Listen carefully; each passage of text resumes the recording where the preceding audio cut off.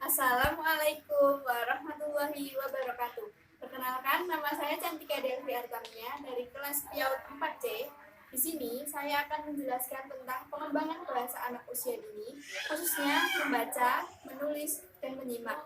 Melalui media yang saya buat, diharapkan anak mudah memahami dalam belajar membaca, menulis, dan menyimak. Berikut penjelasannya. Yang pertama, membaca adalah suatu kegiatan menerjemahkan simbol-simbol ke dalam bunyi-bunyi dan memahami maknanya. Tahap perkembangan membaca ada 5. Yang pertama, fantasi. Yang kedua, pembentukan konsep diri. Yang ketiga, membaca gemar. Yang keempat, pengenalan bacaan. Yang kelima, membaca lancar. Yang kedua, menulis adalah menurunkan, menirukan, atau melukiskan lambang-lambang membentuk suatu bahasa yang dipahami oleh seseorang. Tahap-tahap menulis ada 4. Yang pertama, tahap mencoret atau membuat goresan. Yang kedua, tahap pengulangan secara linier. Ketiga, tahap menulis secara random. Yang keempat, tahap menulis tulisan nama. Faktor yang mempengaruhi membaca dan menulis ada 2. Yang pertama, motivasi. Motivasi yaitu memberikan dorongan untuk memberikan semangat belajar kepada anak.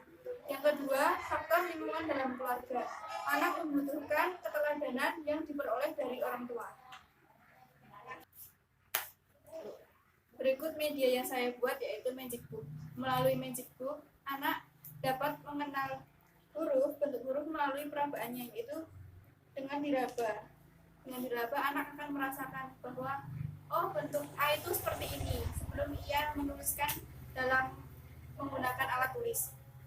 Kemudian di sini ada keterangan benda-benda yang ada di sekitarnya yang berawalan dari huruf A. Di sini ada huruf apel.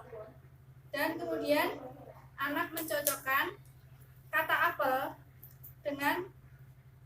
sesuai dengan huruf awal dan gambarnya. Melalui ini anak juga dapat mengenal huruf-huruf yang lain.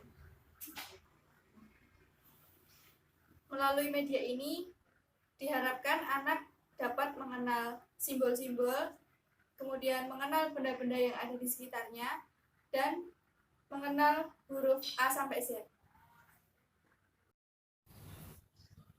Kemampuan menyimak adalah salah satu kemampuan berbahasa awal yang harus dikembangkan. Memerlukan bahasa reseptif dan pengalaman, di mana anak sebagai penyimak secara aktif merespon dan memahami apa yang ia dengar. Kemampuan menyimak, salah satu kemampuan berbahasa reseptif memiliki beberapa faktor. Yang pertama, acuity. Acuity adalah kesadaran akan bunyi yang ia dengar melalui telinga. Yang kedua, auditory. Kemampuan membedakan persamaan dan perbedaan suara atau bunyi. Yang ketiga, audit.